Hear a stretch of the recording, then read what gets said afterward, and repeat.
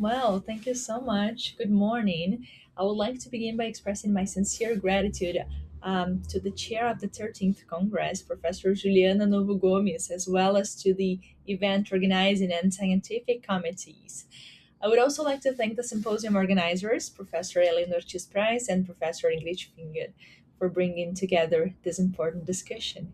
And of course, I would like to thank all participants of the Congress who are watching it right now. I'm pietradaros from PUC in Brazil. My advisor is Professor Dr. Aline Ros Azevedo, and today I'm pleased to present our oral communication entitled Neural Correlates of Phonological Awareness and Language Lateralization in Bilingual Children, Portuguese English, an fNIRS study. I would like to start with some background regarding bilingual education in Brazil. So English is mandatory in lower secondary school education, but not in primary education, according to BNCC, which is the national basis for education, which means that children are not necessarily enrolled in English-related activities until they reach the secondary education level. Also, growing demand for additional language exposure has increased interest in bilingual schools in Brazil. Parents and families have been studying more about bilingualism and they want their kids um, to grow up as bilinguals. The most common pairing for bilingual schools in Brazil is Portuguese and English. So, of course, Portuguese as their mother language and English as their additional or second language. But we can also see different settings such as Portuguese and German, especially in the south of Brazil, or Portuguese and French, or Portuguese and Tupi, which is a native language in the country. Um, so, what we have is we do have bilingual schools, and the interest in them has been increasing a lot. Some key concepts that will matter for this presentation are: first of all, let's touch the ground in here. Biliteracy is here understood as the ability to read and write in more than one language.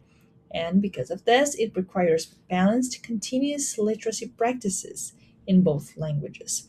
It's not only about having classes of English, but in English as a tool to achieve other goals and to read the world through other languages' lenses.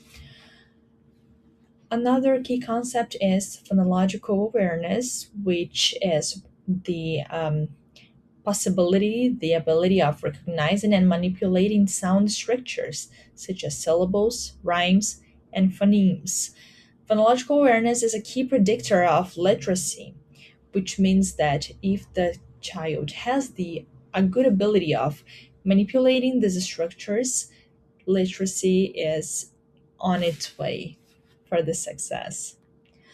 Also, quickly talking about cross-language transfer, which says that metalinguistic skills are transferable between languages. We know about this in different fields. Phonetics has shown this, semantics as well, and so forth. Which means that not only a second language has some gifts, some details that come from the first language, but also the other way around for sure. When it comes to the neuroscience rationale, I would like to bring up the executive functions that are especially related to the frontal lobe in the brain.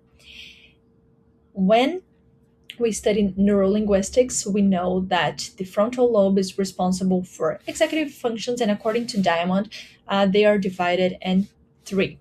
We have the working memory, which is the ability required um, to bring part in processes. So I have to remember the previous steps in order to achieve my goals.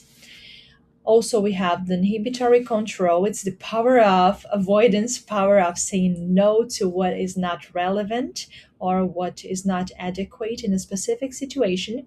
And cognitive flexibility, which is better summarized as, okay, I have a problem. What will I do to solve it in the most efficient way?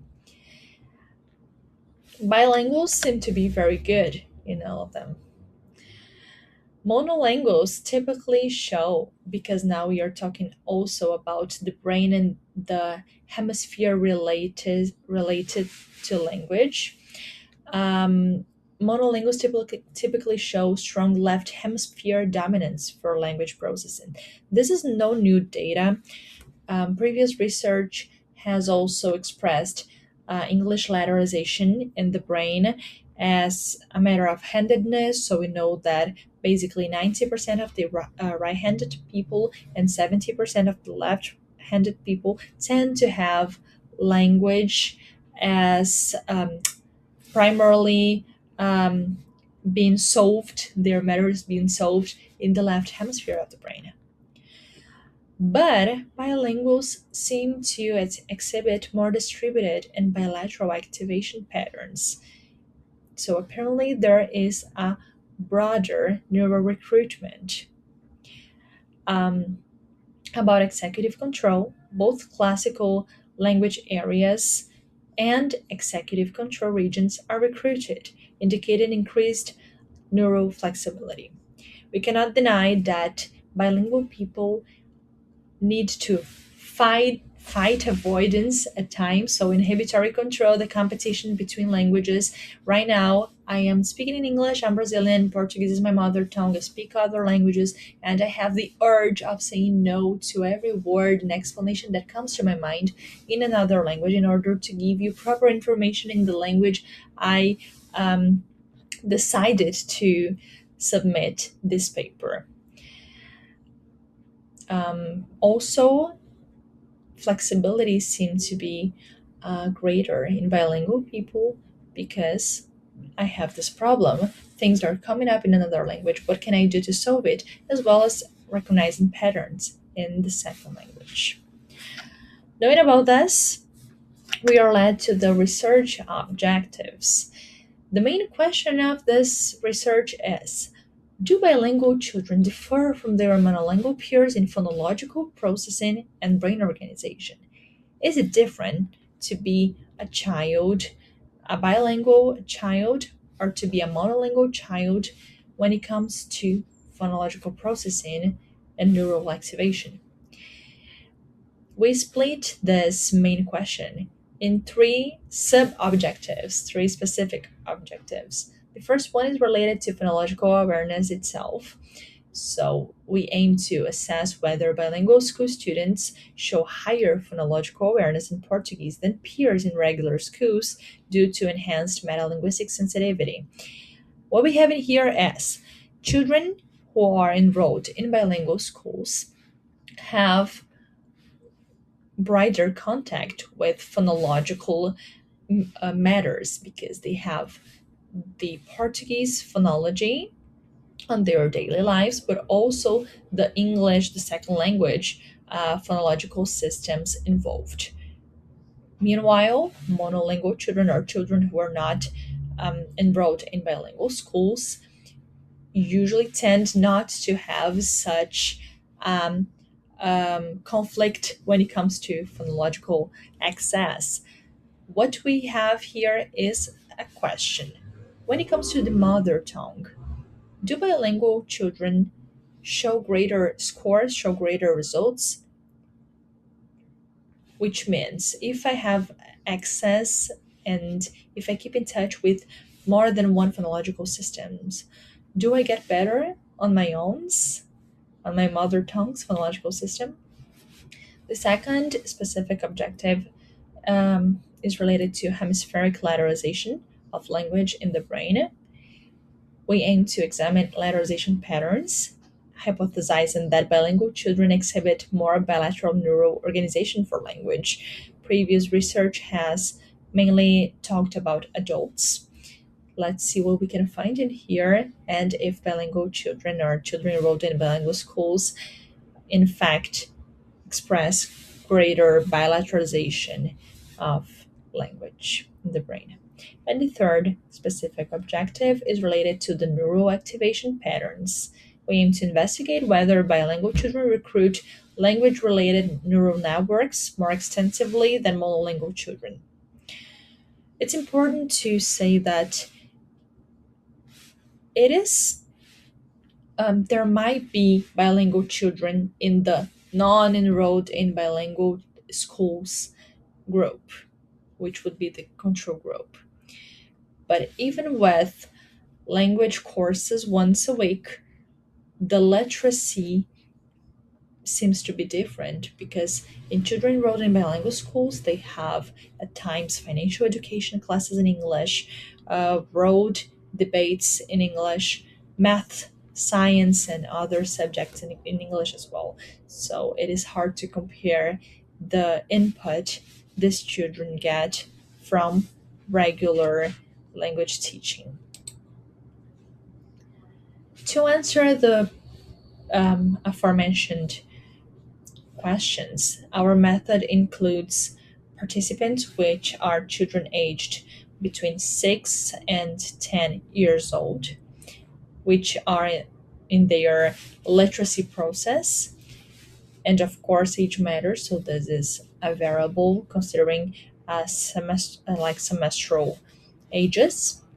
We have our experimental group, which are children enrolled in bilingual schools, specifically Portuguese English ones, and the control group, which are children enrolled in regular schools. Other variables which will be taken into account are handedness, which will be measured through the Edinburgh Inventory, language experience through the LEAP questionnaire, and nonverbal IQ through Raven test. Participants will also go through a behavioral task. They will answer the Adapted Bilingual Metaphonological Assessment Battery, also known as BUMBI, to measure their phonological awareness in the levels of phonemes and syllables in their mother tongue. And performance will be measured by accuracy on phonological tasks. And then we have the brain imaging during data collection. Children will answer these questionnaires, this Edinburgh inventory, Raven test, and so on, and Bumby. And then they will have fNIRS capturing of their neural activation while a digit span task is carried out with them. fNIRS is the functional near infrared spectroscopy. It's basically the system that is shown in the picture. We use optodes and an optode cap with the participants in order to emit near infrared light. And due to the collect data, we can see the oxygenated hemoglobin that is going through the most cortical parts of the brain and infer what is possible about brain activation, neural activation. The digit span task is that one in which the participants hear numbers in a certain order and they must either say the same order forward or backwards. Digit span task is used to assess the verbal memory capacity, which relies on the phonological loop. So previous research has shown similarities among the scores in digispan tasks and phonological awareness tasks. The focus is on measuring oxygenated and deoxygenated hemoglobin changes. fMRI tasks usually rely on the bold signal, and this is basically what we do here. We do the math to ensure that the total hemoglobin is also correct. And thanks to that, we can talk about hemispheric lateralization and the bilateral neural activation of children's brain to answer the questions which are related to our main objective and the specific ones. This image sums up a little bit of what fNIRS does. The optodes are divided in two types. The first group is the group of the sources, the emitters of near infrared light. While the second one is the group of the detectors of the near infrared light, and they get to this banana shape on the brain to measure what is more superficial in terms of distance to the core of the brain. Then we apply specific math regarding a law to perfectly define the intensity and concentration to get the hemodynamic response. Of course, we must avoid all the noise that physiological matters can provide. And we do this while children are responding to a specific stimulus or stimuli, in this case, the digit span task. The analysis plan of the data includes a multiple linear regression to predict phonological awareness, fNIRS being preprocessed to remove physiological noise, as I had said, and behavioral plus neural data will be integrated for a comprehensive view, so the inferences will take both approaches into account. About the results, data collection is currently in progress. Part of the data analysis and processing will be further developed based on training and methodologies to be acquired at the University of Connecticut in the USA. So I'm leaving soon, thanks to campus as well, to learn more and give proper information about the data. And this international collaboration is expected to significantly enhance the quality and depth of the final results. I believe it is worth taking notes of the expected contributions. So, when it comes to the bilingual language development, it aims to clarify how early bilingual experience shapes phonological skills and metalinguistic sensitivity. Also, about cognitive neuroscience, we hope to elucidate how bilingualism affects brain organization, hemispheric lateralization, and neural flexibility. At last, but of course not least, the educational psychology. We hope to provide evidence on the cognitive benefits of bilingual schooling from early childhood for literacy. I would also like to thank Neuroeducation Technology Laboratory at Brain Institute in Porto Alegre, Rio Grande do Sul, which is related to PUC, the university where we come from. This is our study group where we run research, debate over previous investigations, and where we learn how to collect data and understand mainly data better. Those are the references we have used. Thank you so much.